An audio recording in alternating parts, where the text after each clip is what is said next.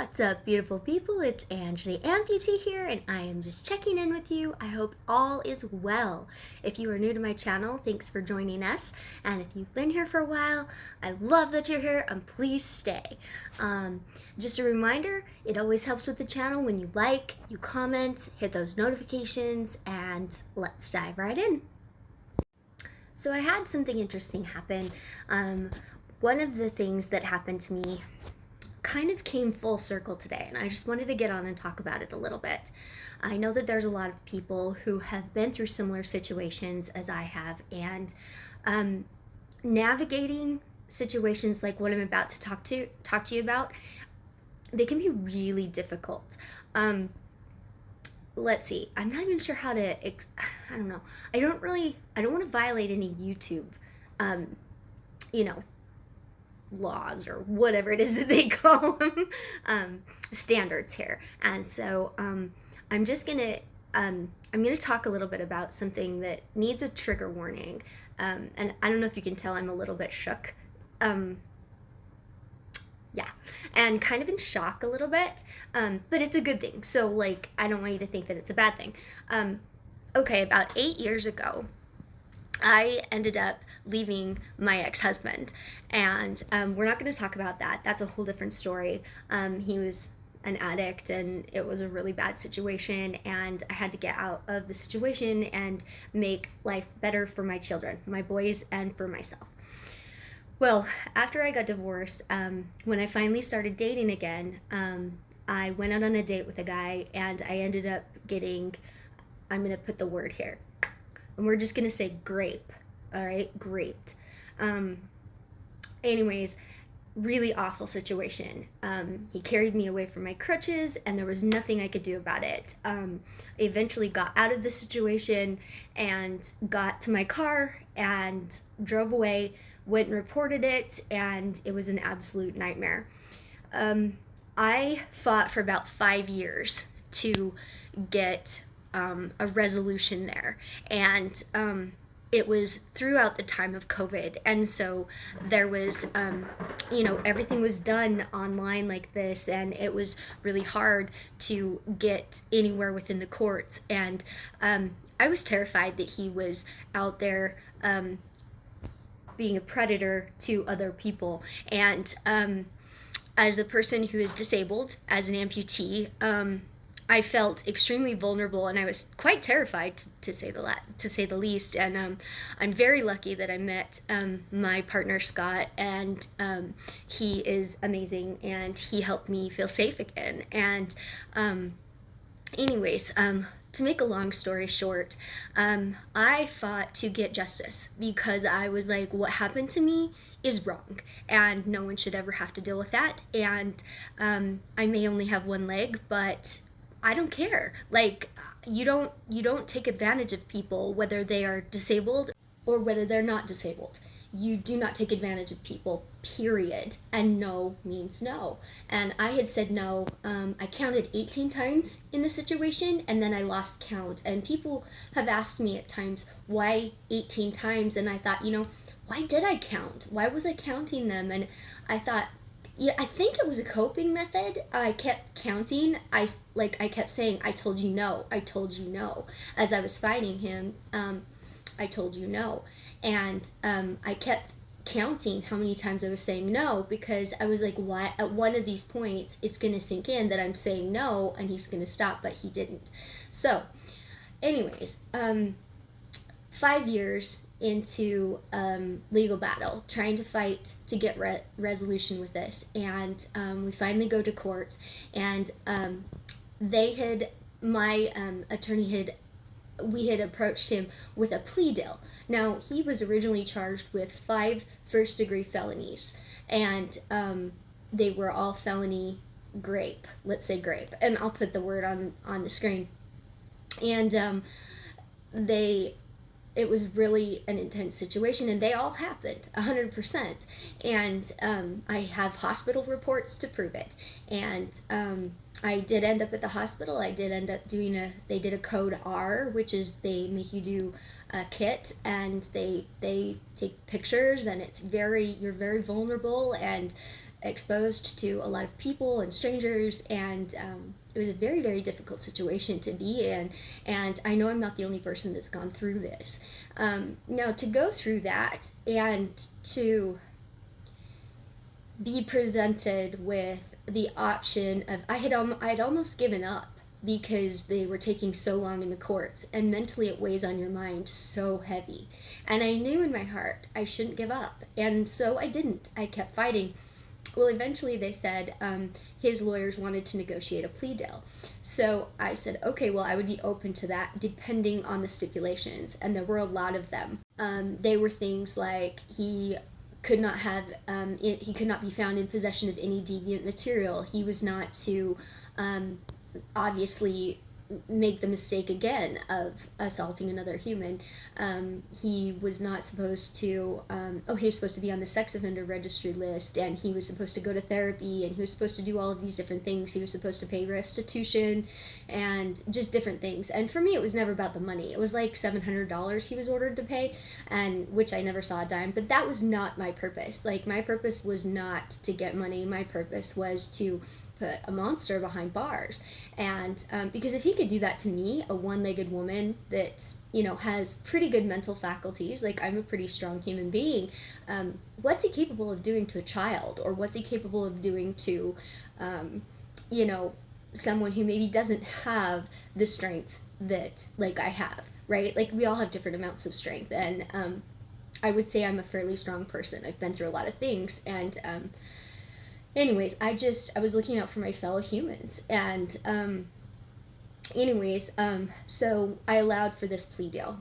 And yes, my when we got to court, he had actually fired his lawyer, and which is kind of interesting. And he was not okay with the plea deal at that point in time, and he couldn't back out of it. And I told him, basically, I was like, well, if you want to take it to trial, I'm more than happy to testify.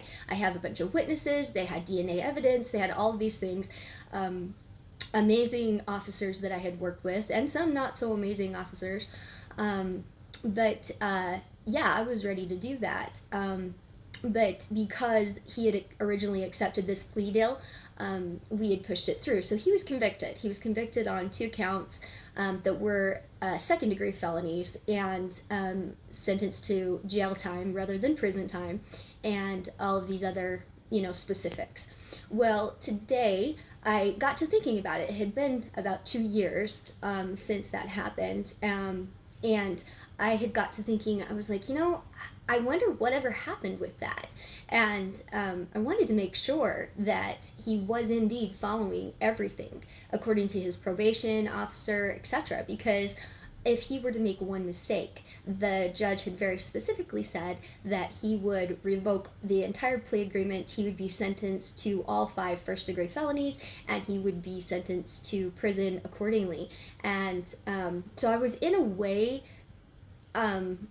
kind of just wondering if he had messed up, or wondering if he had followed through with his end of this plea agreement, or like just what had happened. And so I reached out to the district attorney who was in charge of my case, and I received a message from him today. And this is where I might get a little bit emotional, because this is why it's so important that when somebody does something to you, you speak up. I got an email today, and the attorney said that that he had repeat offended. So that means that he had assaulted another woman, and that was what my biggest fear was that he was going to do it again. And but here's where it was, what I did was extremely valuable. He said that because I had gone and I had done the right thing, and I had pursued and got a conviction on this man, and part of the stipulations of his probation was to give DNA evidence, that they were able to take that DNA evidence from my case and link it to this other woman's case, where he was then sentenced to hit first-degree felonies, which he deserved in the beginning with my case. And he is now serving 5 years to life in prison because he is a repeat offender. My attorney said that there were multiple women who came forward during the time I was trying to push for my court case to get through so that he could be prosecuted, and they ended up withdrawing their case because they were just too mentally distraught over the scenario. And I think I get that. Like, I almost gave up on multiple occasions, but the reason I'm getting on here is because I'm feeling very overwhelmed, and I just want to say that what you do matters. And I've been asked a couple of times by some really amazing people, how did you have the strength to keep going? And I just said, my will to help protect others was greater than my will to give up. And so I'm just really grateful. And I apologize for crying, but I'm just really grateful that I didn't give up. And I just want to say that if you have ever been wronged by someone like that, first of all, I'm sorry. You did not deserve it.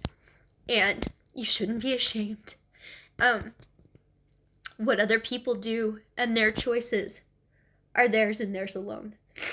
And I just want to say that you are strong and you are worthy. And if you've been treated poorly because of it, or if you feel shame, please know I see you. And you are not weak. You are strong.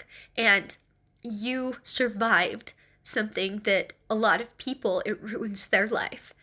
And I myself, it's plagued my life, kind of in the shadows. And what's interesting is I'm feeling it very, as you can see, very right here at the front of my life right now.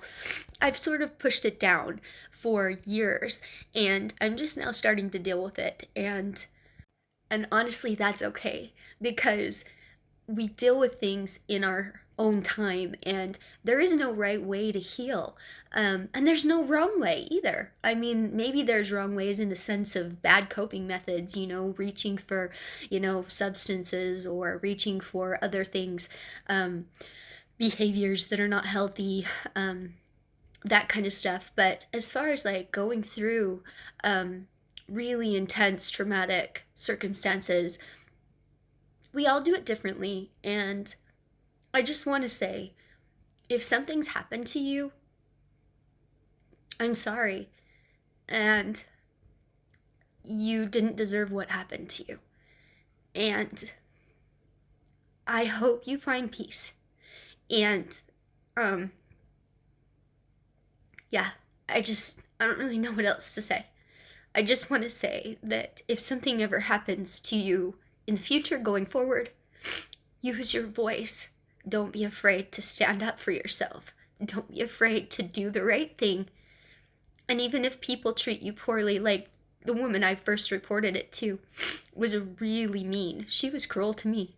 And I looked at her and I stood up and I said, I've done nothing wrong.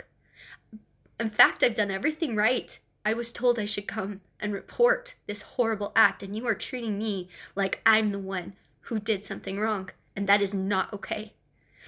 And I ended up leaving, and that's when I changed officers to connect with, and he was really amazing. And I'm keeping all of the names just, private for, confidential reasons. And anyways, if anybody has any comments or questions, please feel free to ask. It's extremely healing to talk about things like this because I know I'm not alone, and I honestly think that it's brave to put yourself out here, and it's brave to put yourself online, and it's brave to do things with the objective of helping others. And do I think I'm a brave person? Not at all. And that's what's so powerful about it, is I'm not brave, but I'm doing it anyway. And that's the whole point. So anyways, you matter, and I hope you know that. And thanks for being here. If you haven't already liked and subscribed, please do. We have a great little community here. Eventually I'm gonna walk again, and that's the majority of what's my channel's about, but I do have a lot of other experiences that are quite interesting. I've been through quite a few things in my life, and if you'd like to hear more about those, please just drop it in the comments. Say, yeah, let's talk about it. Anyways, you guys have a fabulous day, and sending you love.